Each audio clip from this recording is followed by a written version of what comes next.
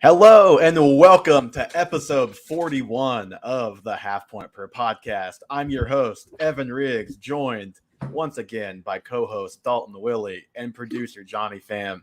And Johnny, this season, for this whole season, if I ever start celebrating, if I ever start showboating, we're putting a real emphasis on this podcast. You throw that flag. You throw that flag when you see too much showboating on my end when I'm right on a call and Dalton's not. Yes, sir. You're correct. Very in the middle of Dalton and I's argument before the podcast. I almost forgot to press record. Oh my God. Are we good? Are we recording? No, we're good. It was like whenever I heard the countdown, it was like 10, 9, 8. I was like, I don't think I pressed the go live button or the record button, but we're good. Okay.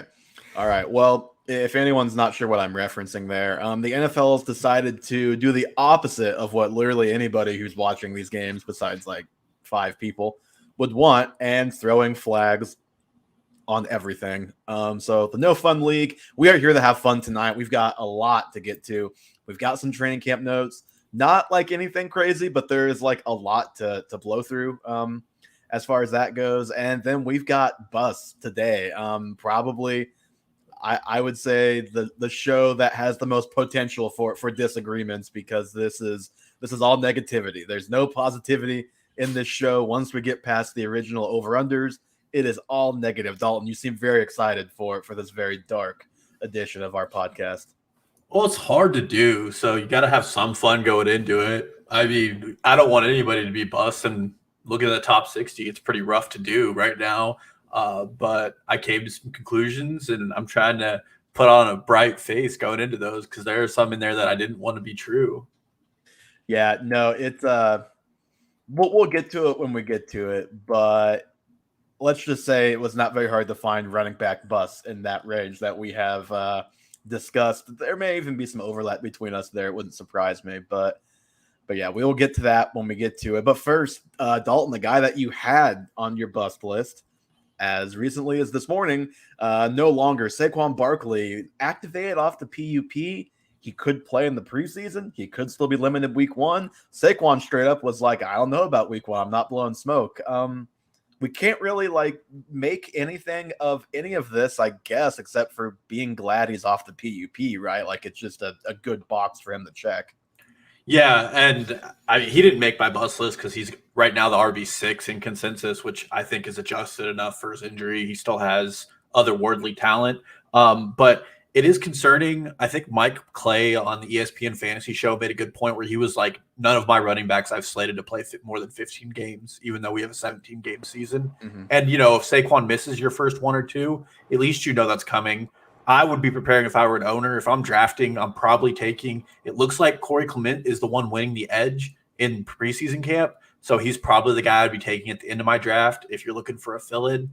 And even then – I mean, Saquon's first game's against Denver, so it's not like we're expecting a 30-point game. That's a really stout defense as far as that goes. So at the end of the day, I would temper expectations, but I think he's fallen in line ADP-wise. It just sucks that he plays for the Giants, too, who are like one of the worst organizations at running media. But again, a good box to check for Saquon nonetheless. Michael Gallup, one of the things that I said I was going to be watching for was those Cowboys receivers. He is running more from the slot, he says, which I think is good for him. We'll see if that means more opportunities. Seemingly it should for Lamb on the outside. Not a whole lot to really add there, except I'm glad to see Gallup kind of getting some more action there, because quite frankly, is he maybe the third best, like pure deep threat on that team? He's a good contested catch guy, but he's probably also the slowest of those 3 guys too. And it's not like he's slow, but those other 2 are probably more of the burner, take the top off type of guys. Yeah, I mean, out of the 3, he's the slowest, but he's definitely, I think his 40-yard dash, it put him in like the 90th percentile of athletes when I was looking him up earlier. He's definitely, being the slowest among CeeDee Lamb and Amari Cooper is a race I'm okay with losing. So I'm excited about it. Like I said, historically, Mike McCarthy hasn't moved guys around, so at least doing that in the preseason is pretty interesting. And, I mean, if all 3 of these guys are moving around, I think it benefits all of them. I don't think you should knock anybody for this. And Gallup has the lowest ADP of them all when you're drafting. Yeah, no, for sure. Curtis Samuel on the Washington football team. So he is removed from the COVID list, but now he's back on the PUP list. No timetable in sight was the direct quote that I pulled from someplace when looking at the Curtis Samuel update. Rivera apparently is not worried as of yet because Samuel knows the system, which is true because they were together in Carolina, obviously, and basically went as far as to say that he's not going to rule him out for the last preseason game. So it seems like the earliest we see Curtis Samuel is week 3. Week 3 or 4, whatever the last like preseason game, or there's only 3 games anyway. So week 3, week 3 of the preseason this year. So I mean, I guess it's the earliest, and at worst, you're looking at a guy who is playing week 1. It seems like still, but I don't know. Just this whole nagging injury thing that we don't know a lot about has not been a lot of great vibes. Dalton, at any point, are you yet considering Adam Humphries, Diami Brown, even like Logan Thomas? Are you considering them any differently now than a month ago? I think my opinion, first of all, I didn't know Adam Humphries was a Washington football player until the camp reports came out. He's been catching a lot of passes allegedly. Yeah, and him and Kirk Cousins, they do have not Kirk Cousins, I'm sorry. Him and Ryan Fitzpatrick have an established rapport. And I mean, there's really no one else who feels there are a lot of role. Guys that Fitzpatrick has an established rapport with, though. That is very true. But no one else on that team really is fitting into that slot role. So it does look like Humphries has that locked down. As far as Curtis Samuel goes, I mean, there is some concern. It is a soft tissue injury with a guy whose athleticism is his main trait. It's not like, he's a premier route runner. It's definitely he's a speedster. He gets open because of that, and he's good at creating separation that way. So these groin injuries, and we'll talk a little bit more about it with Rashad Bateman here in a bit, they're of concern because they're soft tissue injuries, and these things can follow a player all season long, and we've seen it happen to multiple guys before. Mm-hmm. Yep, the soft tissue stuff is always worrisome to have that happen right out of the gate. And you mentioned it with Bateman. Kind of was concerned, at least just from me looking at tweets, that it was worse than that with him. He apparently crumbled to the ground running a slant route, and I guess he walked to the facility, but still sounded pretty bad. It's a groin. It's a soft tissue thing. Harbaugh already came out today and said it would be a matter of weeks, not months, but still weeks is not great. And basically he's not yet ruled out for week 1. So that pretty much to me means we're not going to see him in the preseason. If he's starting, if he's playing week 1, it's going to be the first time you ever see him play. We won't know how limited he'll be at that point. And for me, he was borderline draftable. Now you're not drafting him in a redraft league. Yeah, well, and I know a lot of people really liked this pick for the Ravens, but Lamar Jackson practiced for the first time in the preseason on Saturday. Tuesday, Rashad Bateman goes down. These guys have gotten 3 practices together, if we're being generous. Mm-hmm. And I'm sure they've thrown a little bit. They've maybe done some stuff before camp, but yeah, it's still a valid point. They've had very little camp time. Yeah, there's very little camp time, and I mean, for a offense that doesn't pass a lot, this is a very crowded wide receiver room with Sammy Watkins, Mark Andrews, Tylan Wallace even, and Hollywood Brown. I mean, those guys and Rashad Bateman, that's 5 players who are all going to compete for some meaningful catches and some meaningful targets, because this was the 31st passing offense in the NFL last year, and they're probably going to slow it down even more this year if they can run the ball effectively in the first 8 games, which they weren't able to do as much last year. Mm-hmm. So my concern for Bateman is pretty high, and if Sammy Watkins comes in and is somehow the better version of himself again, Rashad Bateman's role looks to crumble even more because he just doesn't have those important reps with the offense as a rookie he needs. Mm-hmm. Sammy Watkins still the picture of health in the Ravens receiving room. We can see how much longer we can say that. Hear. The Lizard King. So Chris Mortensen is reporting that both Carson Wentz and Quentin Nelson are trending towards playing in the season opener. Now it's still very early, still about a month away, but that is what Mort is reporting. And also Frank Reich, I don't know if you saw this, went on Colin Cowherd's podcast and basically said the same thing. That they're at least not being ruled out for week 1 is pretty much what he said. So we've got Dalton, I guess, at least more optimism now than we did a week ago when it was 5 to 12 weeks. At least if they're not there in week 1, it feels like they'll be there sooner rather than later. As of now, things could still change. Yeah, I'm not entirely optimistic on this situation still. Uh, it's the fact of the matter is that timetable was so long, and it really feels strange to have two players coming back at the very, very tail end of one of those, which is a 5 weeks, because that pretty much puts them right at starting week one. And less with Quentin Nelson, because I think that man is a machine. And if you've seen it in his quotes, he just scares me.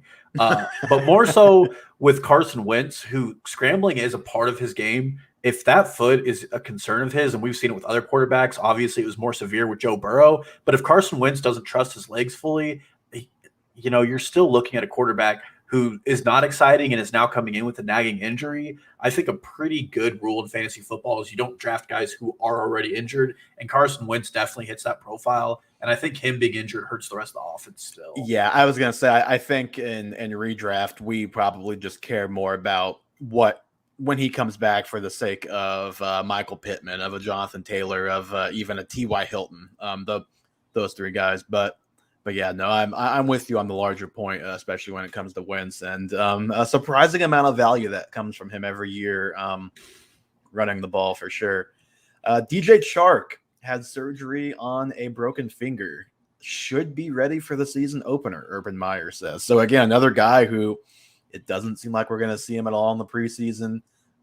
If the Laviska Shenault hype train wasn't already off the rails, it's about to get off the rails, because I think you have to ding Chark and you have to raise Shenault a little bit in your ranks, just because we don't even know if Chark is for sure going to play week one. And even if he does, how healthy is he? How healthy is the finger right when he comes back? And just quite frankly, there was already doubt as to which of those guys was going to be the top receiver on that team in the first place. Yeah, well, the phrase should be ready for season opener is already concerning. It's not he's going to be ready. Second of all, it's your hand, your receiver, you use these to catch. I know that seems like a really simple analysis, but people probably overlook that if he's not 100%, he's going to have issues. Well, remember Chris Godwin last year? He came back from the broken finger and had like a ton of drops in the playoffs, and he's not a guy that does that. And I think it's because he was catching the ball with two fingers taped together. Yeah. And I mean, Marvin Jones is a very solid deep runner. He always has been. It's been his career in the NFL. And I think he has the ability to take that away from Chark. We've seen this coaching staff is unhappy with a lot of things they've seen in Chark. And I think he's kind of the odd man out in this receiver room out of the three of Shenault, Chark, and Marvin Jones. So if I was drafting, I would probably order Shenault, Marvin Jones, and DJ Chark at their ADPs. As far as what value you're going to be getting at this point. But I think there's a real concern that Chark just comes in. He's not even getting a lot of those two wide receiver sets at times. Did you know, I don't have the exact stat in front of me. This is a Harris football special, though. Marvin Jones is 6th in the NFL in receiving touchdowns since like 2016. It's actually insane. Yeah, well, for anybody who doesn't follow Adam Pfeiffer on Twitter, he is like the biggest Marvin Jones stan. So you get all of these super fun facts about Marvin Jones. But he truly is one of those ceiling breakers, and he's a boomer bust guy. So he's not a guy you want to be starting at your wide receiver 2 or even 3 position, but he's a worthy flex consideration weeks. He's a bye week fill-in, and you pray to the fantasy gods that you get a good Marvin Jones week and not one of the 10 bad Marvin Jones weeks. Yeah. Every season. Zach Moss. So I just had the Devin Singletary optimism last week, and not that I would ever wish injury on anybody, of course, but Zach Moss, I guess, had a hamstring injury yesterday being Tuesday at the time of this recording and practice, taking it day by day. So whatever that means, I don't really think we have to have any broad takeaways from this, but just something to monitor. Obviously, we've talked about the soft tissue thing enough already, and Moss was already coming off of the ankle surgery from last season. Yeah, definitely to monitor, because there's now value in that offense if the running back is getting closer to 70 or 80% of those touches. Mm-hmm. Before this, I saw Matt Breida was a roster casualty, could have been at the end of preseason. He probably makes the team, but if one of these guys, either Singletary or Moss, miss time, there is now value to be had in starting the player. Mm-hmm. So the last thing, and I've got for anybody who watches on YouTube or will go back and watch on YouTube, I've got to just share this, because the Cowboys, we just talked about right before the pod. So Dak Prescott, it's not a setback and it's not a reason to worry, but QB Dak Prescott is planning on getting another MRI. That's from the official account. That's how they phrased it. Boy, if you ever wanted to see a prime example of framing and trying to fluff something, that would be it. Like, in what world is getting an MRI just something you do just because? Like, it might be a very precautionary MRI, but if there was literally nothing to worry about, there would be no MRI, guys. It wouldn't be happening. Well, that's what I tell my boss when I miss a deadline. There's no cause for concern. There's no reason to worry. I just missed it on accident, and we're just being cautionary in double checking it. So, I mean, this is concerning. We talked about this pretty at length last week, so I don't want to overbeat it. But I mentioned it was a baseball type injury. The Cowboys went out and consulted the Rangers about this injury. I have seen that baseball players have been on the IR up to 160 days with this type of injury. And I mean, the news last week was Dak Prescott resumed light throwing. You're 4 weeks away from your season opener. You don't want your quarterback with these. I'm definitely probably looking closer to avoiding him in drafts at this point at his draft value, which hurts a lot because I really loved him going in. But this just is not spectacular news. You heard it here first. You should definitely probably avoid Dak Prescott in your draft. It's hard to say, man. It sucks because I loved him all off season, and he touches the field and he gets hurt right away. I know it. And obviously, this is a bummer for Dak, but I just really had to make fun of the phrasing of the tweet here. It's like, man, I just had this appointment yesterday. Nothing's happened between then and now, but I'm going back in tomorrow just to be totally sure. See, when you read us the tweet, I thought it was like a Cowboys beat reporter saying that. But that's what you would think, it's right? Right? From the official Cowboys account, it raises some eyebrows because if there's nothing to concern about, don't tweet that at all. Do we think Jerry Jones wrote that tweet on like a piece of like torn notebook paper and handed it to his employee? I think like that's on his yacht. I think he probably did that. Jerry Jones was like, put this on the internet for me. People see it. He faxed it from his yacht to Cowboys HQ. Oh, Cowboys. Okay, that's enough training camp. I said we were going to blow through it. We tried. There was just a lot to get through here, though. So we will try and go a little quick on these over-unders to leave a decent amount of time for Bus. And the first one, Dalton, is Ronald Jones. The second I saw this line, I was like, okay, I have to put this in the show because I have no earthly idea what to do with Ronald Jones and this line. Johnny, it seems like you know exactly what to do. I do. I'm just going to cut ahead of Dalton. I just like the over. To be clear, 725.5 is the rushing prop here. Correct. Yeah, sorry. I thought you mentioned that. But yeah, I like the over for Rojo. I think it was yesterday or sometime this week the Bucs released a depth chart. I'm just glad that Rojo is listed ahead of Leonard Fournette.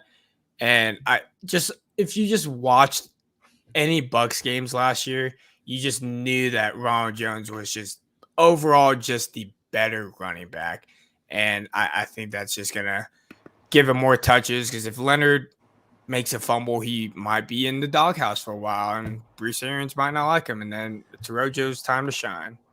Yes, although we have seen Ronald Jones has tended to be in the doghouse for fumbles and just about anything he does to. I believe in Rojo to slightly irritate Bruce Arians. I'm with you. I think he is the far superior player of the two. Here's the thing that does at least give me confidence. So last year he came pretty close to 1,000 yards, and that was only in 14 games. I know you can usually bake in a couple of games missed for running backs as well, but he gets the extra game, so a little more cushion there. He can miss a couple weeks, still play 14 to 15 games. Gives him some wiggle room if he's less productive, less efficient, if Fournette cuts into that workload just a little bit more.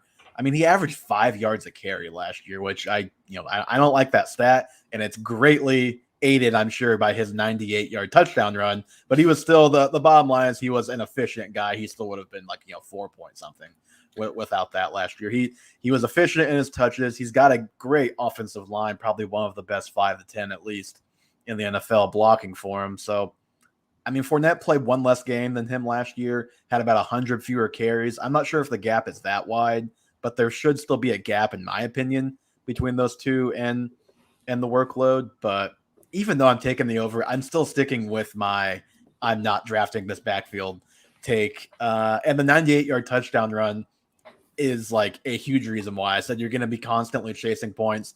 I had Ronald Jones last year. He was my guy before they brought in Fournette, obviously. So I had Ronald Jones. Guess who wasn't starting Ronald Jones in that week where he had 98-yard touchdown run? Pretty sure I'm just going to be forever scorned from that experience. Yeah, I took the over, but I also said I would never actually put money on this, just as a disclaimer. I don't want to bet on anything that Bruce Arians owns as a running back. Going back in his entire coaching career, he has been absolutely horrendous at giving us any guidance on who's going to be utilized when. He had 192 carries last season, and he hit the over last year. This is a good defense, so I'm sure that the defense is going to keep them in games where we're not going to see Gio Bernard utilized a lot as that third down back. And I believe that Ronald Jones is the superior talent to Leonard Fournette. However, I do not believe the coaching staff does. He was pretty much their guy going into the playoffs. We all know who Lombardi Lenny was. So that would be one of my concerns, is that for whatever reason, we hit, the third game of the season and Ronald Jones had 2 bad games and Bruce Arians is like, welcome to the third string running back on the depth chart, buddy. And we just never hear from him again. Looking into this, one thing that I found really funny, Ronald Jones' receiving grade on PFF is 29.6. Wow. I haven't seen a grade that bad in a long time. Yeah, that's pretty bad. And I mean, both of them absolutely stunk, Fournette and Jones, as receivers last year, which is why even though Gio's not going to do much for fantasy, he probably does help them in real life football because they have a guy who can at least catch the ball out of the backfield, which when you're playing with Tom Brady, that is usually something that gets utilized. Absolutely. Yeah, but don't bet this if you're out there. So Justin Herbert, his over-under for passing yards set at 4,550 and a half. I'm going to go try and find this tweet from my guy Shane Jackson, who, Shane, if you're listening, thank you for tweeting this out. Let's see. Scrolling Shane's timeline. Yep. So Justin Herbert is now up to second in the MVP odds. Shane had a tweet that says the last time a player won the MVP without his team winning its own division was when Adrian Peterson won it in 2012. So there's a lot of Justin Herbert hype out there, and that's reflective in this number, quite frankly, because it's weird. He's plus 1,200 to lead the NFL in passing yards, which is third. But this yardage line is fifth. So I don't totally understand, and this is all from FanDuel. I don't totally understand how those two things jive together. But Dalton, what are you taking here with this number? Well, let me first say, if Justin Herbert and the Chargers win the AFC West, then he probably is MVP because they knocked off Kansas City. Yeah, or Kansas City had a injury-plagued season. Yeah. But, the over-under was at 4,550 and a half yards. I think this is a pretty easy over if you are betting on Herbert being better, which I am. I think he takes another improvement here. Last season he had 4,336 yards. It was kind of an injury-hampered season for that offense. We didn't see Eckler all season. We didn't see Allen all season. We didn't see Mike Williams all season. Now, I know it's the Chargers' MO to be injured, but with offensive line improvements and huge coaching improvements, getting rid of Anthony Lynn, I cannot state enough, is just a great thing for any offense. I don't think it's going to be too hard for him to hit it. It took 2 less games for him to be about 200 yards under this. And in 17 games, I think he hits it. And playing the Raiders twice a year, I mean, he's getting 400 yards, 800 yards there in total. Pretty easy to get there once you get in 2 400-yard games. Well, I'm looking right now. When he played the Raiders last year, he was plus 300 in both of those games, so it was good. It was good stats. It's funny. I've actually taken the under here, Dalton. I like Herbert a lot. He's like my QB 8, 7, somewhere in that range. But I think we do this all the time with young guys in both football and basketball, where the guy is really good in year one. So everyone just automatically assumes, well, he's going to improve X amount in year 2. Like everybody did that with Jason Tatum in the NBA, where it's like, oh, the Celtics made the Eastern Conference Finals. Like Tatum was this guy in the playoffs. He's going to be so much better next year. And it's like, well, he was the same guy for a couple of years. Now he's made that leap. I think there's a definite chance that Herbert can make that leap and does do that this year. But if you made me actually put my own money on this bet, I would take the under just because I don't think it leaves him that room for error. He was a little up and down, especially toward the end of last season. As somebody who had him in fantasy, he was really, really, really good for like a 3 or 4 week stretch, and then or 3 to 5 week stretch somewhere in there in the middle of the season. Kind of tailed off for a while and then picked it back up at the end of the year. So yeah, I just think the under is the more likely and where I'd probably put my money. I agree with you that they're going to have a more functional team around him, which if they have a better defense, then maybe he's not passing the ball quite as much. Maybe they're able to run the ball a little bit more. Even if Eckler's not the greatest runner, having Eckler plus either Kelly, Roundtree, or both is better than just Joshua Kelly or just Kalen Ballage like they had in long stretches of last season. So I'm taking the under here. I think it's a close one and one that I would not bet either way, though. Yeah, I mean, I agree with all of that. I would probably say his sporadic tendencies last season were attributable to Anthony Lynn. Sure, and he was a rookie. He was a rookie, yeah. So for sure, it's like totally excusable and reasonable. But I just think we have a habit of just automatically assuming these great guys are going to be that much greater in year 2, and it just doesn't always happen that way. So just out of curiosity, I don't remember Joe Burrow's line, but who do you think has more yards this year, Joe Burrow or Justin Herbert? Well, based on everything that we've seen so far coming out of Bengals camp, I would probably say it's got to be Herbert between those two. Interesting. I just didn't know where you'd rank those two because I think a lot of people before the injury would have probably said Joe Burrow's by far and away the best QB in that class, and I think now it's a little closer. Well, and it's funny. I've mentioned this before. I think people were kind of overhyping the year that Burrow was having last year because he was the number 1 pick. He was the best quarterback we've ever seen statistically in college football, and Herbert was just playing better even when Burrow was healthy last year. I think that could easily change going forward, but just last year, I think Herbert was better when they both played. Yeah, well, I think at least when efficiency comes into it, the deep ball for Joe Burrow last year was abysmal. Yeah, no, absolutely. Johnny, what are you taking here? I'm gonna take the over. I just think Herbert is just such a good player. I just think he knows the system well. I mean, new head coach, but I think has a grasp to ease. I think he'll be closer to like the under than the over. Like I want to bet my own money on the over, but in this scenario, I'll take the over. And to answer your question, Dalton, Joe Burrow's over is 42.50 this year. Wow, so he's a full 300 under Justin Herbert. That's crazy. I actually like his better, despite the injury concerns. I think the Bengals will probably have to pass more no matter what. But yeah, that's just an aside. I'm just curious with this number. Herbert was underrated as a runner last year, close to 300 yards, 5 touchdowns. I think if he actually hits this number, there's no shot he doesn't finish better than QB like 7-8, which is where he's ranked pretty much everywhere that I have him QB 8. So I think that number is maybe a little bit off of where fantasy consensus is on him right now. I mean, I know Josh Allen has more rushing upside for sure, and is going to have more rushing yards and touchdowns, but his number is 50 yards higher than Josh Allen, who's clear up QB 2, 3, 4. Well, the one thing I would say on that note is I think last year Herbert had to run more because his offensive line was, I think it was 30th in the NFL per PFF. I know it was in the bottom third by far. Mm-hmm. So I think a lot of it might be scramble yards. And I think the argument for Allen is I think the last 3 years he's top 5 in the NFL in red zone carries, which is where you get some of his fantasy points. Well, remember, there are going to be red zone carries on the 1 yard line to be had. And Herbert, I remember at least 1, if not 2 times he scored on the 1 yard line for the Chargers last year. But enough Herbert. On to his teammate, Keenan Allen. So this one I really didn't get.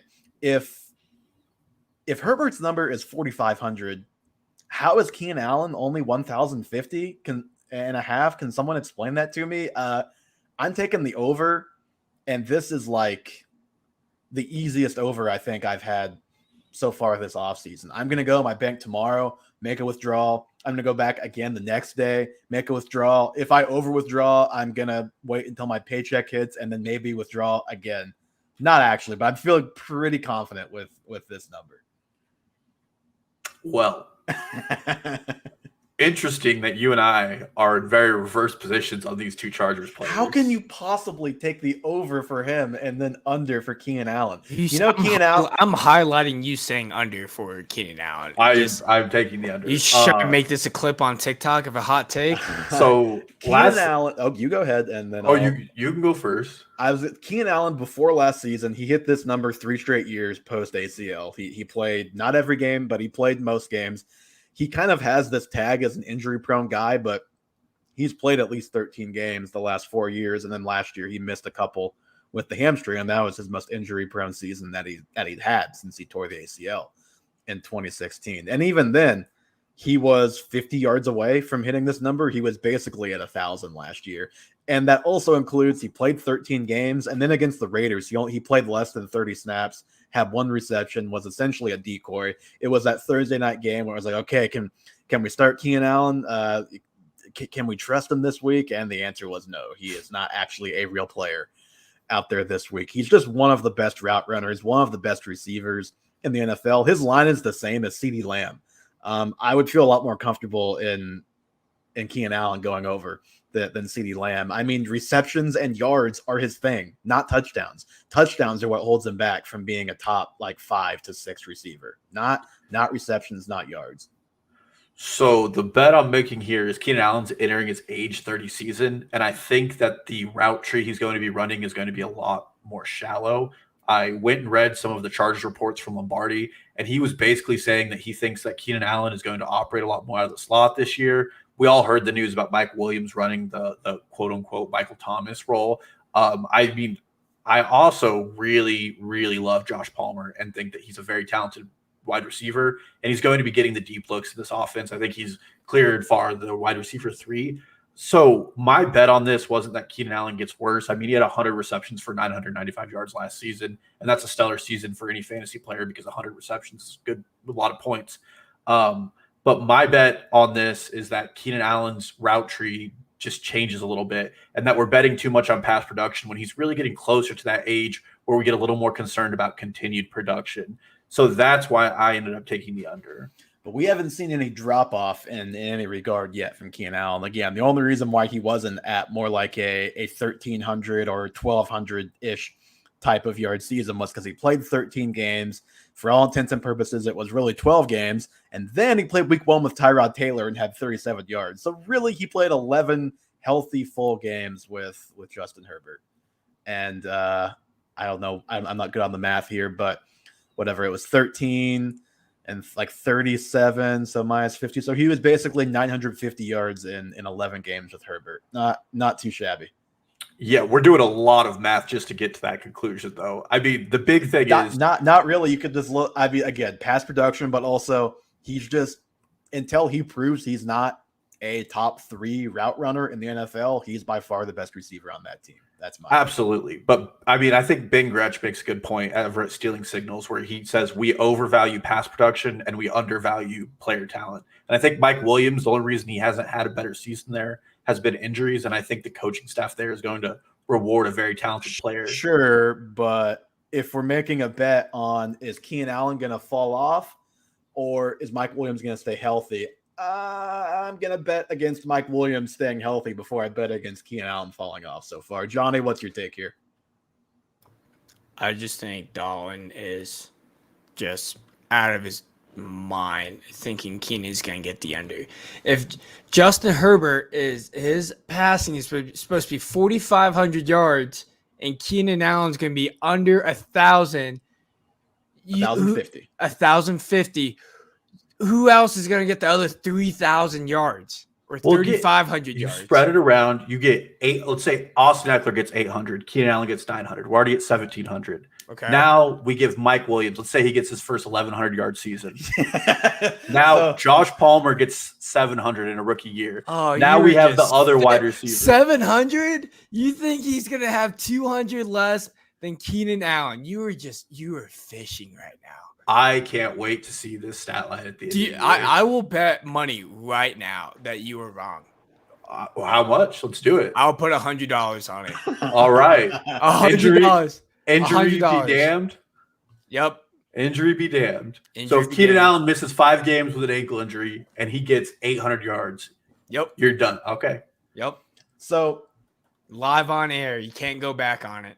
also, Dalton, are you ranking Mike Williams ahead of Keenan Allen? Because that's how it feels to me. No, not at all. I think Keenan Allen could catch more balls and Mike Williams could have more yards. Those are both instances that are highly possible. Well, Mike Williams, 1,000 yards is his career high, so he's never even hit this number that Keenan Allen is set at, which is worse than his previous 3 seasons. We shall see. I hope Mike Williams stays healthy, but I'm not too optimistic after having him for 2 straight seasons at some point in fantasy football. Kyle Pitts is over under 800.5 receiving yards. I'll go first. I'm taking the over. It's kind of hard to gauge like what is a big number and what's not for tight end because it's so different from receivers. This is a fairly decent sized number, which you would expect. Obviously, nobody but Kelsey and Darren Waller did this last year. Kittle would have had he stayed healthy. The year before that, it was more normal where you had Kittle, Waller, Kelsey, and then Ertz and Andrews all hit that number. So I think in a normal year, you can expect the top 5 tight ends to hit that number. I think he's going to be a top 5 tight end. I'm not saying he's going to be the most talented guy on that offense or even the most productive, but I'm not saying we're not going to look at that offense in week 8 and already say, okay, Kyle Pitts is the best player on this offense. Like, he might not have the most fantasy points, but he's the best NFL player they have on this offense. I think there's a world where that does happen, and I'm less worried about the rookie tight end thing with him because, as we've talked about, I think he just profiles as a guy that's a rookie receiver that does some tight end things here and there. They have Hayden Hurst who can do more of the dirty work as the tight end, and they're going to split him out wide. They're going to do all kinds of things to get him the ball because outside of he and Ridley, there are not any other guys I am excited about on that team. So the rookie tight end receiving record is 864 set by Shockey. Do you think he breaks it? No, I wouldn't bet on that. I wouldn't bet on him breaking that. That's a whole like game's worth more yards than what this line is set. So we're gonna have a fun game here because actually, spoiler alert, Kyle Pitts is in this later, but I would take the over on this of 800 yards. You take the over, but he's going to be a bust coming up soon? Yes, because even if he hit 800 yards, he's not going to be a return on value in the 4th round. But we can talk about that in 10, 15 minutes. It's possible. I think PFF rated him as having 862 yards and 64 receptions. And I think that feels pretty in line with what he can achieve. Mm-hmm. So I would take the over on this. Johnny, what do you think? I like the over. All right. I like it. Kyler Murray over under the rushing yards for Kyler Murray. I thought that was the more interesting topic for him. 624.5 rushing yards. Dalton, are you over or under on this Kyler Murray number? And actually, this one, I lied. I thought that the Keenan Allen number I was the most confident in. I actually think this might be like 1B or 1A, 1B. Like, I'm almost as confident in this number a certain way. Yeah, this one was easy over for me. Mm-hmm. I mean, last year in 8 games, he was injured and he still ran for more. That to me is a pretty clear indicator that he's going to hit the over. It's still his most talented part of his game. Even if he improves as a passer, he needs to run the ball for this offense and this team to have a good shot at winning or getting to the playoffs in the division they play in. And his rookie year, he was at 5'11". I mean, he was almost there his rookie year. And with, another game slated in, I don't think it's going to be very hard for him not to hit it unless that coaching staff suddenly decides he should no longer run the ball at all, which would just be abysmal and very, very poor coaching. It'd be very RG3 of them to do that. I'm taking the over here as well. Again, this was a pretty easy over. You mentioned it. He hit it last year. He was at 133 attempts, over 800 yards. I think if he gets around that volume, he's going to have similar type of production this year. The shoulder injury happened against the Dolphins halfway through the season. He had double-digit rushing attempts 4 times in the first 8 weeks. The last 8 weeks, it was only twice, so the volume went down a little bit down the stretch. So even if you think the volume was unsustainable at the beginning of the year, which I don't know if it was or wasn't, it was probably the touchdowns that was unsustainable, not the volume. But even if you think the volume is unsustainable, it kind of evened out again down the stretch, and he still crushed this number. Just for reference, Lamar has never had fewer than 140 rushing attempts. So, and Lamar is like the best rushing QB of all time, to be clear. But Kyler Murray is like in that class, right? So it's not crazy to think about him at 130-ish carries again this season. And they lose Kenyon Drake. And as uninspiring as he is, he was still their best running back last year. We have our Chase Edmonds doubt. We have our James Conner doubts. I think Murray could challenge for 1,000 yards, and a realistic number is 800 to 900, I think, for him this year. I think the over is a good bet. I don't know about the 800 to 900 number, but I think you could definitely hit the over. Mm-hmm. Johnny? Yeah, I like the over. I was kind of shocked it was I was shocked it was under 700. Like, whenever I looked at the prop, I thought it was going to be the 700 to 800 range to kind of compare to what he did last year. It'd be over 800, but I like the over on this one. Yep. Yeah, I thought this one was pretty easy, but you know how that usually goes. You think you've got Vegas, and Vegas battles its way out of the corner. And we are going to move on to Bus. And I don't have these two guys on the list. I'm just going to call this the Curtis Samuel and Logan Thomas Memorial List, because if we were doing a list of 10, both of those guys would be on this list. Logan Thomas is 30 years old, by the way, for anybody who didn't realize that the first year breakout was already 30. Dalton, do you want to start, or do you want me to kick this off? I can start. My first two, you've probably heard me talk about these two guys. This one hurts, but first of all, when I look at redraft ADP, like consensus, and then I look at things like best ball ADP, there are some crazy weird discrepancies. And this guy really blew one to me. It's James Robinson. I don't know why I have to tell people he's going to be a bust, but he has an ADP of 48, which puts him right at the very beginning of the 5th round. He's running back 22 off the boards, and Travis Etienne is going almost 2 rounds later than him in the rankings. So those are all really strange to me, and I don't think there's a very clear-cut case for him even returning as an RB2, which is where he's being drafted at. I mean, maybe at the start of the season, Etienne has some struggles, but it's pretty clear to us, at least to most people, that James Robinson won't have a big receiving role. That's Etienne's. And Carlos Hyde is an Urban Meyer acolyte. He comes from the Urban Meyer system, and Urban Meyer brought him in for a reason, even if we don't want to admit it. And he's he's not a very fun player to watch anymore. And especially when it comes to fantasy, he's just going to vulture points. He's not going to produce. There's really no clear aspect of James Robinson's game that puts him, cuts above Etienne like he is right now. Mm-hmm. And I think it's a better bet that he finishes outside like the top 32 running backs. And then you still have the concern. I mean, this defense is bad. And if CJ Henderson gets traded like the Jags are talking, then you have a really bad defense, and they're going to be playing from behind a lot. And I think that just is more to the chagrin of Robinson and the benefit of Etienne. I just don't see a scenario where James Robinson returns in a 5th round value, especially with other guys there.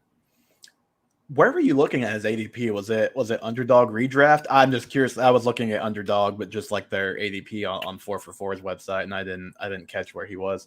No, so I don't use Underdog for these because I don't think that they're very indicative of the greater market. I look at the ADP, which is from Fantasy Pros, and they combine ESPN, Yahoo, and unearned sleepers. So I think that's a little more of the general public of what we're seeing. And theirs in half point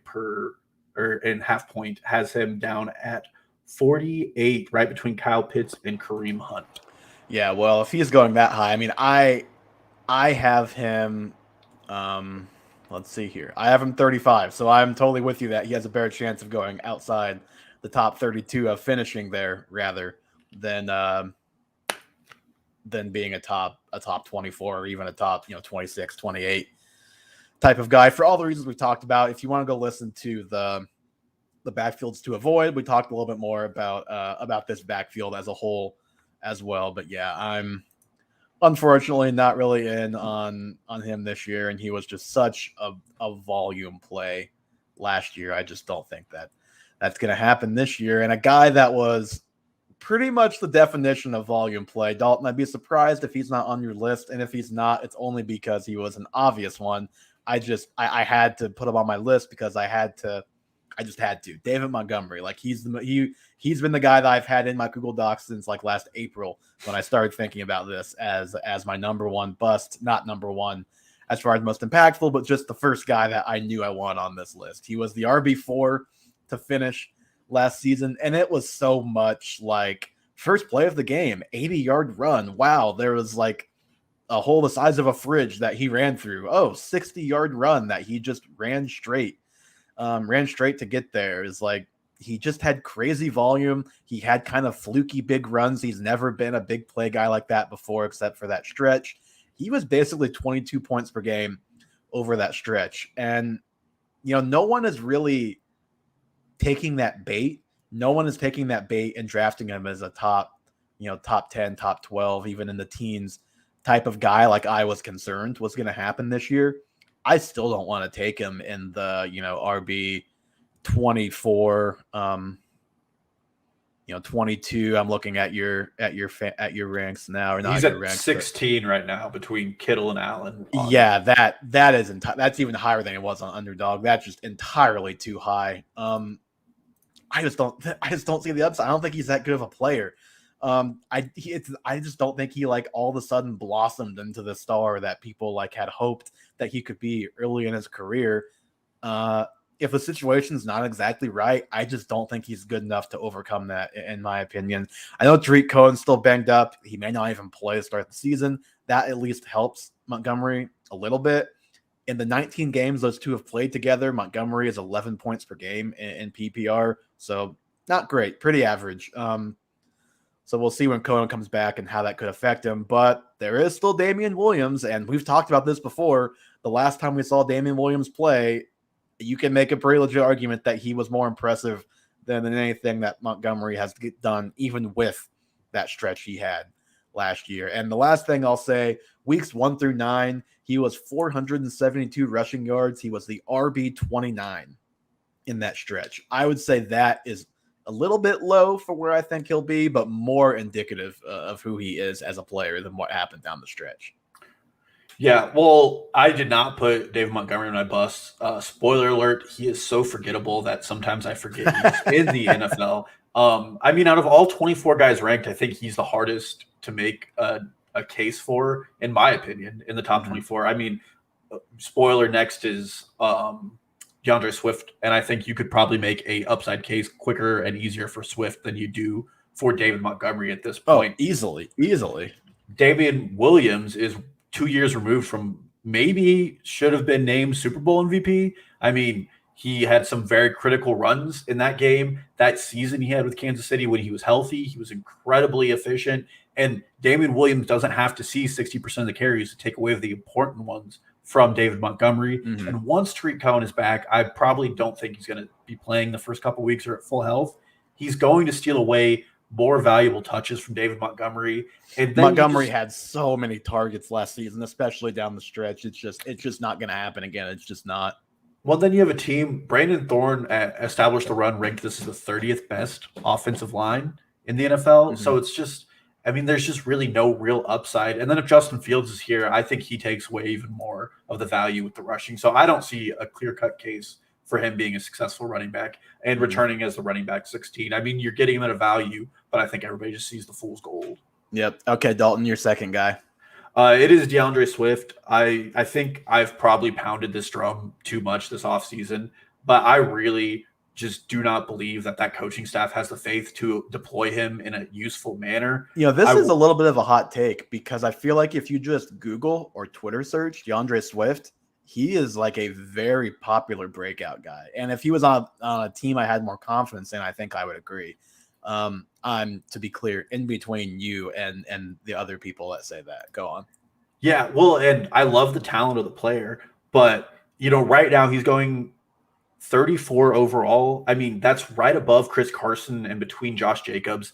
I like Josh Jacobs more than him, to be honest with you. Wow, I didn't think you like Josh Jacobs more than anybody. Yeah, exactly. Hearing that out of my mouth should tell you how I feel. First of all, we have enough history on Anthony Lynn to understand how he utilizes running backs, and his comments kind of go in line with that. He has an A and a B back. Historically, Gordon Eckler, A, B. You go all the way back through Chargers history, there's a pass catching back and there's a rushing back. And then you go through that history and you see the performances those backs have. Outside of one Eckler season and one Woodhead season, they've never produced two top 24 running backs. More importantly, I have no faith in this offense. I mean, Jared Goff was the best we've seen him with Sean McVay, who's an offensive, genius for NFL standards. And now you're going to Anthony Lynn, who I watched last season with 12 seconds on the clock in a goal-to-goal situation in the fourth quarter, run Austin Eckler up the gut. I don't know why you would do that. I don't know why they had no timeouts. I mean, there's going to be a very inefficient offense here. And then just to slightly touch on what I talked about last week, I know like Jamal Williams isn't this super sexy name, but he's only 26. He's still young for running back standards. He had a lower stuff rate last year. I know he played on a different team. He also had a more higher elusive rating than DeAndre Swift did. And he was a really efficient pass catching back. He took some work away from Aaron Jones, and that might be because Aaron Jones just isn't an 80% snap guy. But he has the same skills that Swift has in the passing game. And Swift is also missing practice with a new coaching staff that seems hard set on this weird, like, you have to really earn it and dogs get theirs. And if you watch any Dan Campbell press conference, you're like, is this a high school football team? I mean, I just think that they're going to knock a guy just for being hurt even. I just really don't have faith in this offense. Let me just ask you. So I had Swift as a guy who I was maybe a little bit lower on than previously thought, but that was because I had Swift clear up at like RB 13, 14. Now he's more like in the 17, 18 type of range for me. If this situation is not as bad as we think, because it's really hard to predict which NFL teams are going to be good and bad. There's teams that we're certain are going to be bad, and we're right. And then there's teams that we're certain are going to be bad, and they're not. They're good, or they're at least, they're fine. They're okay. If they are just like a fine NFL team, and it's a fine situation, what do we think of Swift then? Because that's my hesitancy with including him on this list, because if that were to happen, he is so talented that his upside is very, very, very high.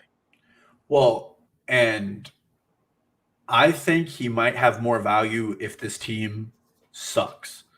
And I say that because if they are going into the third quarter of every game down 1 or 2 scores or even 3 scores, then the quote-unquote B-back, the guy who's not running between the tackles, as Lynn described it, might have more value. What I think the real outcome of this is that this team is going to grind games out. They're going to be a team that thinks possession is highly important, and they're going to really try to control the clock. And I just don't think those things benefited. I don't think we're going to see a lot of 2-minute offense out of it. So I think the ideal situation, the situation where I'm wrong, is that Swift gets all of the 2-minute work, and that Swift and Jared Goff changes his tendencies and over-targets Swift, which, I mean, he's probably the second most talented pass catcher on this team. That's something I'm okay with saying. I just question whether or not he's utilized effectively by the coaching staff. No, for sure. I definitely get the concern with Swift, no question. And to stay within division for the third straight player, I've got Adam Thielen as my second bust. So talked about him as a guy that I was lower on when we first did our rankings, I think. I have him down at wide receiver 28. He is 18th on Fantasy Pros. That is quite the gap. Jefferson going into year 2, clearly still ascending, clearly the top option. I think Irv Smith, as we talked about last week, and as we'll talk about on our My Guys episode, is going to make a jump this season, and not going to be the number 2 option, but is going to be a stronger 3 than what they had last year in Minnesota. I typically err on the side of being out too soon than out too late on an aging guy, at least a guy who's not like super elite. And for as good as Thielen has been, he's not, for example, as good as Keenan Allen. He's not as good as Julio Jones. He's not as good at, you can enter whatever quarterback, Tom Brady, Aaron Rodgers. Like, he's not a legendary, a Hall of Fame, or even a perennial Pro Bowler type of guy. He's very good and has had very good seasons, but that makes me nervous. He's had some lower extremity injuries. He's always a guy who's like, oh, he's practicing through this issue this week. It's like, oh, great. That, fun. So that's just not a fun thing to have your 31-year-old receiver dealing with. He had 14 touchdowns last season. We talked about that a lot a couple weeks ago, how rare that is for a guy to have that many touchdowns and still be under 1,000 yards, which is what he did last year. Just barely, but he was under 1,000. If he scores 9 touchdowns, which was his previous career high, mind you, he's wide receiver 18, which is just in front of Juju. And then if you chip away at those touchdowns even more, which is definitely possible, he obviously continues to fall. And then maybe the yardage even goes down more this season. I just think there's a lot I can see going wrong for Thielen this year. He was a guy that, he only missed 1 game last year. His yards were down, touchdowns way up. The bottom line was just the volume. It wasn't just the yards. The volume was way down too. And he played with Diggs, so it's not like he wasn't playing with a super elite guy before. So I think it's a little bit Jefferson being great, a little bit maybe Adam Thielen's not quite the same guy anymore. He was targeted 108 times in 15 games, which is good. It's good volume, but it's not 150 like Adam Thielen used to be. And I just don't think I'm seeing any value in where he's going in drafts right now. Yeah, I would agree with you. I mean, he's going above Cooper Kupp and Tyler Lockett, 2 guys who I think have a more clear path to even top 12 seasons. And the bigger issue for me with this entire Vikings offense is there's going to be a regression in the pass rate. We know Mike Zimmer is a guy who doesn't like to pass a lot, and last season was probably the worst defense Mike Zimmer's coached. And I expect a defensive-minded coach to turn that around at least somewhat. And with a reduction in passing, I don't think that's going to hurt guys who are very skillful like Justin Jefferson and Irv Smith. I do think it hurts somebody like Thielen, who is going to have a very useful role in real football, but when it comes to fantasy football, those two things don't always translate. Not for nothing. I've seen Emir Smith-Marset, the draft pick they had this year, has got some really rave reviews with the second team reps already. And he's a guy who profiles as a really good separator and could definitely work in the slot and take away some of those valuable touches we saw from Thielen. So all in all, I agree. And most importantly, I mean, we have 2 wide receivers being drafted in the top 60, and these 2 are Justin Jefferson and Thielen are one of the 2 that aren't connected to like an elite quarterback. Mm-hmm. You know, Lockett, DK Metcalf have Wilson. Kupp and Woods, at least they have Matt Stafford, who I think is still better. When you put guys like those with elite quarterbacks, it's a lot easier to justify, 2 top 24 finishes for them. Yep. No, to be clear, though, they obviously Minnesota has sustained 2 guys for quite some time. But yeah, I think this is more about just Thielen and the risk with him individually for me than even the situation, because then you get in the situation, you're right, with the passing rate and obviously, Dalvin, if you're looking at the whole offense, it's Dalvin Cook, Justin Jefferson, Adam Thielen. And then we talked about last week, you have the whole Kirk Cousins thing that's kind of looming over everything Vikings and Vikings pass catchers specifically right now a little bit for me. And then lastly on Thielen, not that, a bust is a bust, but also a guy like Thielen who had this outlier season, he's aging. And if he starts off slow again this year, he's not a guy that you can get out from under in a trade, I don't think, if he starts off slow, like, Michael Thomas in years past, or even last year. Say Michael Thomas stays healthy but isn't producing through 6 games. Odell Beckham, even last year, if Beckham stays healthy and is having still a frustrating season, his value is probably higher, because I think the questions of Thielen being done or not are going to get very loud if he struggles out of the gate. Absolutely. I think so too. And with his age, I talked about this with Keenan Allen, but I think Thielen turns 32 this season. There's 31. There's a real chance for a substantial fall off at that point. Mm-hmm. Okay. You're a third guy here. Okay. My next 2 get spicy because I just feel like we haven't argued enough on this podcast. So number 1, okay. So before I say the name, I already said it earlier, just understand that this isn't a hate the player take. This is a hate the ADP take, and it's Kyle Pitts. Mm-hmm. So right now, Kyle Pitts is tight end 4, and his ADP is 47. So he's being drafted right outside the big three of Kittle, Kelsey, and Waller, which means that people are projecting his upside to be at that level or be, close to it. Historically, I think Evan and I have both been against mid-round tight ends in general because they're a very, very bad pick. I think the same thing can be said. Last year, Mark Andrews, bad pick, mid-round tight end, projected to be the next Kittle, Kelsey. Hawkinson this year, mid-round tight end. I think he's a bad pick too. But I picked Kyle Pitts because he's the highest among the three. And I want to break out what it takes to be, a top 4 or 5 tight end in the NFL. Last year, Robert Tonyan was tight end 4. He scored 9.4 points a game. That value. To be clear, last year was a pretty bad year for tight end, as I said earlier, with the total yards. But yes, it was. But even then, last year, the tight end 10 through 4 all averaged between 8 and 9.5 points a game. And when you're trying to win a fantasy football championship, you're really looking for the big disparities in point scoring. If I can grab a Gerald Everett in round 15 and get 8 points a game, and your Kyle Pitts gets you 9.5 points a game, you're probably getting a better value with the Gerald Everett. And it's not always easy to identify those guys who are going to be good, but tight end is one of those positions that you can really do well at streaming. And on that, you're just losing a lot of positional value. Guys going after Pitts include Tyler Lockett, who I talked about last week, Cooper Kupp, Deontay Johnson, and then Darrell Henderson, who has standalone running back value in a position that might be more important to fantasy than tight end.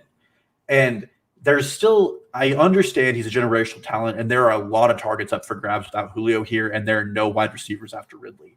But there is still a steep learning curve to playing tight end in the NFL, and Arthur Smith is one of the coaches who ran 12 tight end sets the most with the Titans. So I still project Hayden Hurst to be on the field, who is no slouch when it comes to receiving. He's not a fantasy guy. He's not a guy I recommend you targeting fantasy at all. But when you have 2 tight ends on the field and you're running these sets, there's always opportunity lost for Kyle Pitts.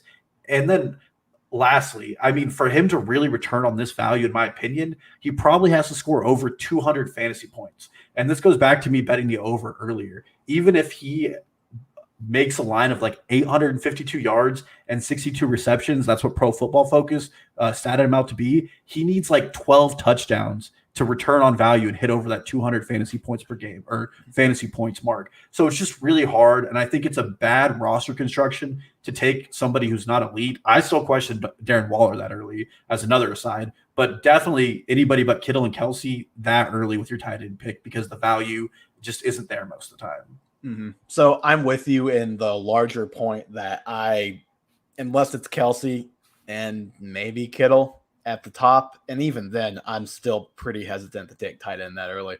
But unless it's one of those guys early, I'm almost always waiting to stream. So yeah, this is for me. Like I personally would not call Kyle Pitts a bust, but I would say taking a tight end at that spot of your draft is not wise strategy. Can it work out? I mean, yeah, it can work out, but again, like you laid out all the math, it would take a huge season for him to live up to that ADP. I will say, I think the argument that you would hear back from somebody like friend of the show, Eli, who's a big Darren Waller and tight end in that range type of guy as well, if you can get that positional advantage and lock in a big win almost every week at tight end, it's worth it. The problem is, though, is they have to really have like a 90th percentile season based on their potential in almost all cases to do that. And I know receiver is flat. It's probably flatter than it's ever been, like 20 through 40, because everyone is 3 receiver sets. I still would rather fill in depth at those other positions rather than taking tight end early. And since we both agree on that, we should probably have a show where we discuss some late round tight end targets to actually give people real options in that range. If we're telling people, hey, don't take tight end in basically rounds like 4 through 10. Absolutely. And I mean, the last thing I'll say on this is I get that we've all projected Kyle Pitts as like the best talent we've ever had. Just as a whole, NFL scouts and especially fantasy people are very bad at projecting what real talent is. John Ross 5 years ago, was supposed to be like the new Tyreek Hill in the NFL, and now he plays for the Giants and is the sixth wide receiver. There's a lot of short, fast guys who are supposed to be the next Tyreek Hill, and people are actually pretty dumb when it comes to that.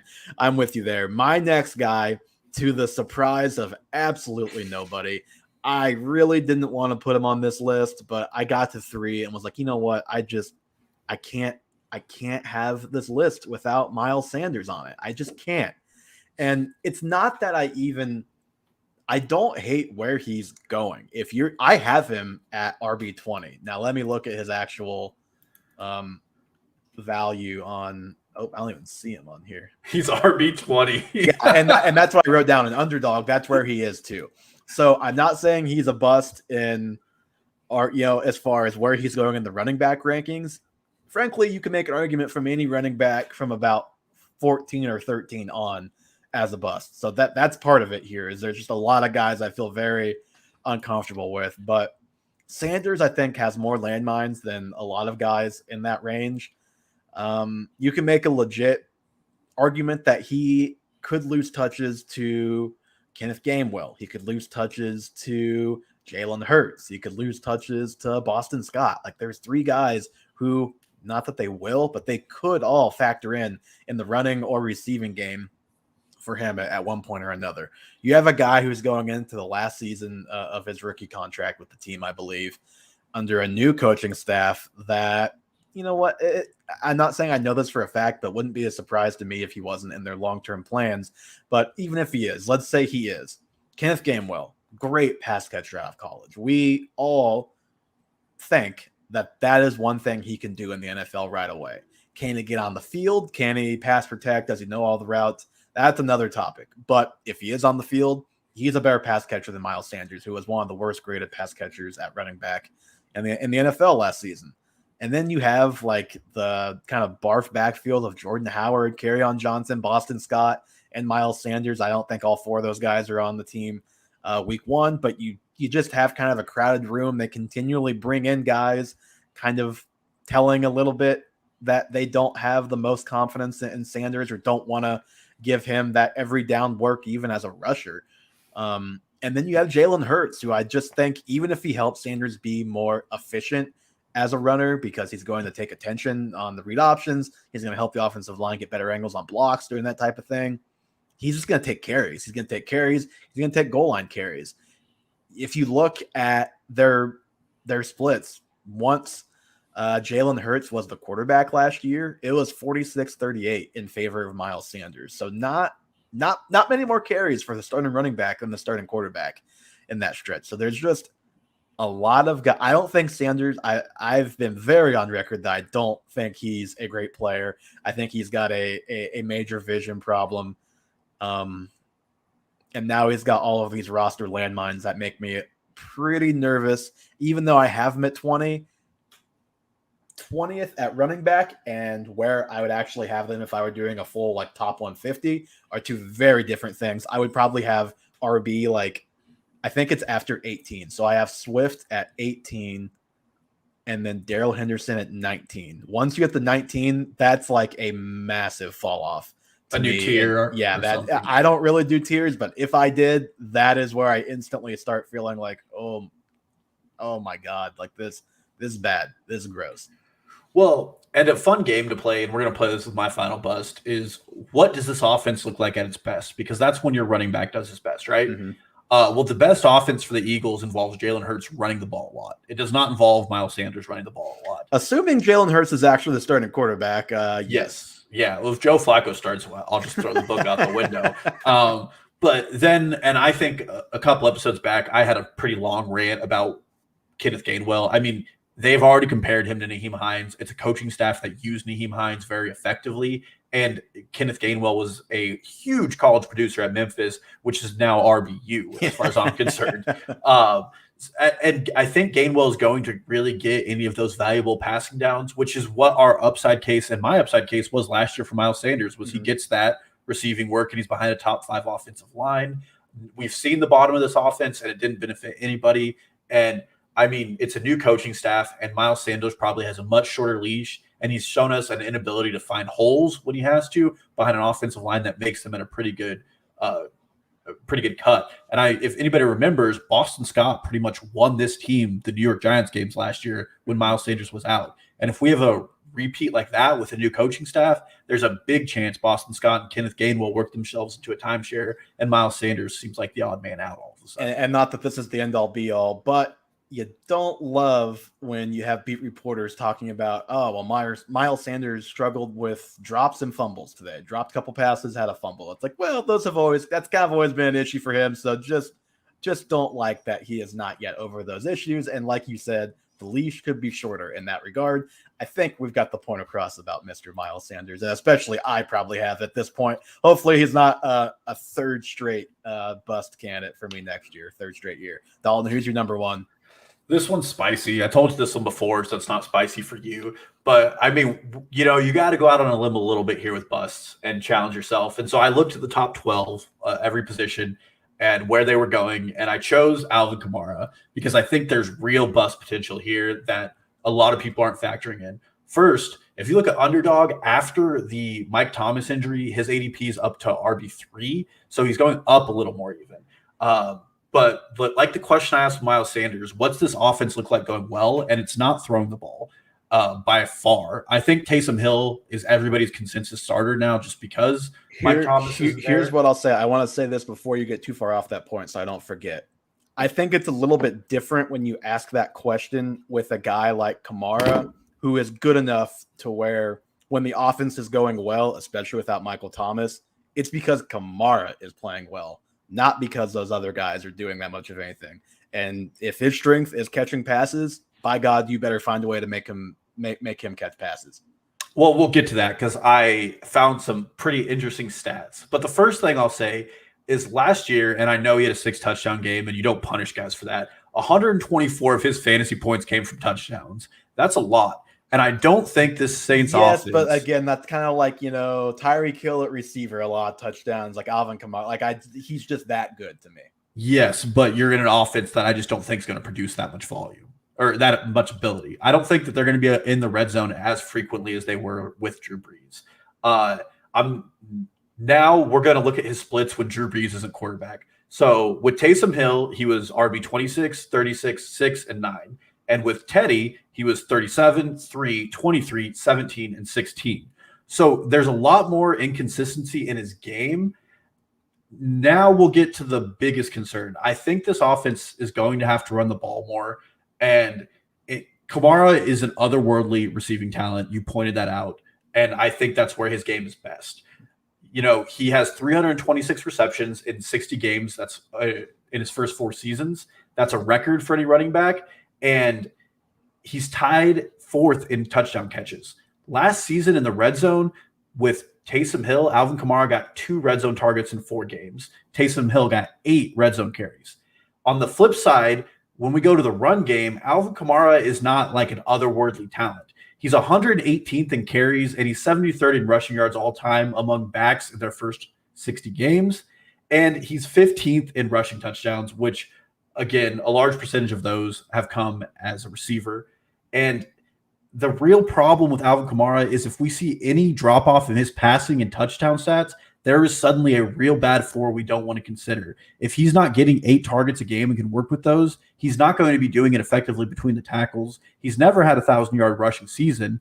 And so you're really hoping that the touchdown momentum stays there. And it's not as much, I don't think Alvin Kamara can't produce in the red zone. I think this offense probably is going to work better if Taysom Hill is there with Taysom running the ball in the red zone, and they're going to see less red zone opportunities as a whole as a team. Last year, the Saints ranked 5th in the NFL in red zone opportunities. Do we really think that there's a path for that this year? I just don't think there is. Here's what I'll say. If you put Christian McCaffrey on this team, would you be calling him a bust if he took Kamara's place? Well, and probably a good thing to specify here is what this bust is. You draft, these top 4. No, yeah, I know. I'm not saying that you're saying he's like, RB20. I mean, he could finish RB10, and that's a bust at this spot because this is supposed to be a league winner. And so, yes, I think the back you would put here, who I wouldn't call a bust, would be a Dalvin Cook, Saquon, or maybe even Derrick Henry, because what I'm projecting is more rushing volume is what the Saints are probably going to be doing as a unit, and that the passing hurts, especially with the addition of Taysom Hill, and they're just going to be inconsistent weeks that we haven't seen prior. And I mean, it's just like with Phillip Rivers.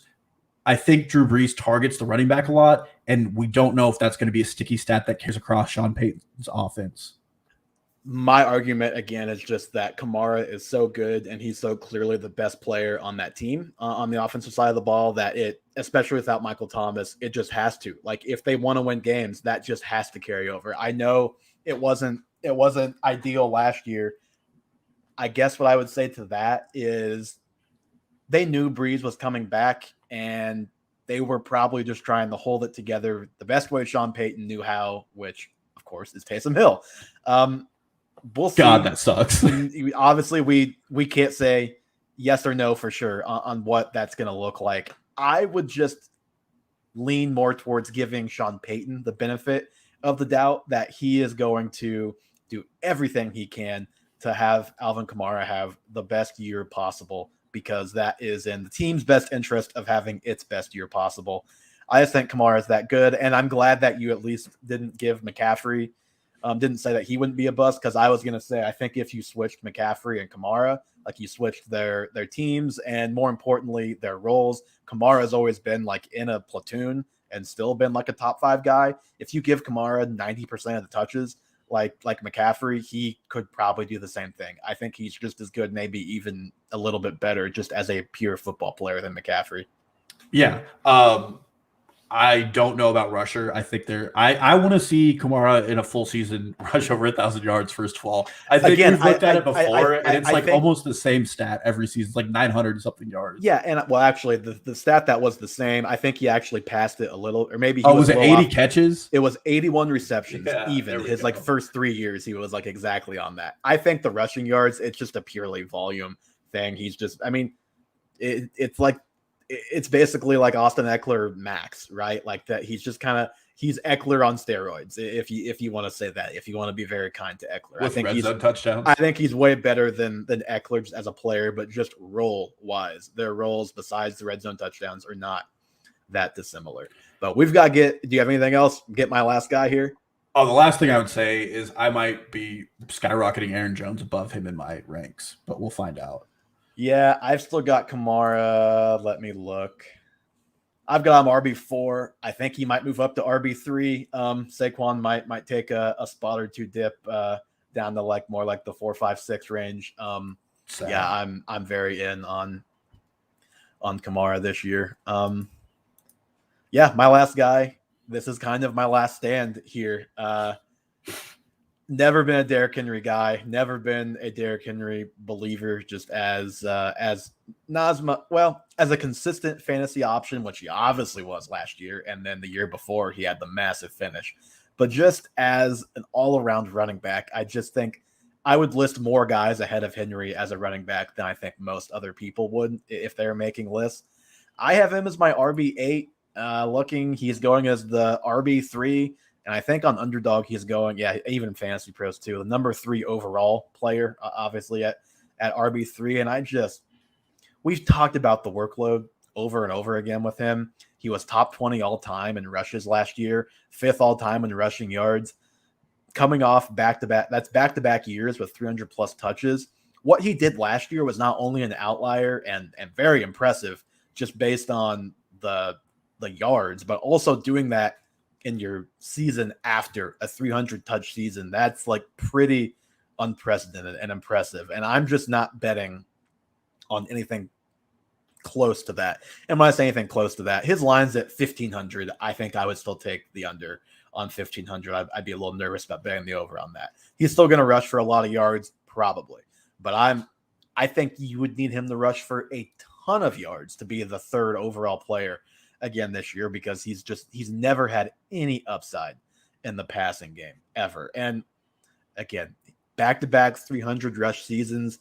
LaDainian Tomlinson had 7 straight of these, and I probably would have 7. Yeah, to start his career, Jesus. He was 300 plus carries 7 times. I think like in year 3, I would have been back if I were alive and talking. Well, I was alive, but if I were talking fantasy football back then, I've been like, okay, this clearly can't continue. And he would have just kept proving me wrong every year. I just don't think that's going to happen in this situation. I have concerns with just his health, his time as a player. How much longer does he have as this elite pure rusher? He's huge. He's a mammoth of a man, but he takes the biggest beating out of probably anybody in the league because of the volume and the types of runs. It's a lot between the tackles. I mean, he has taken a lot of hits the last couple of years.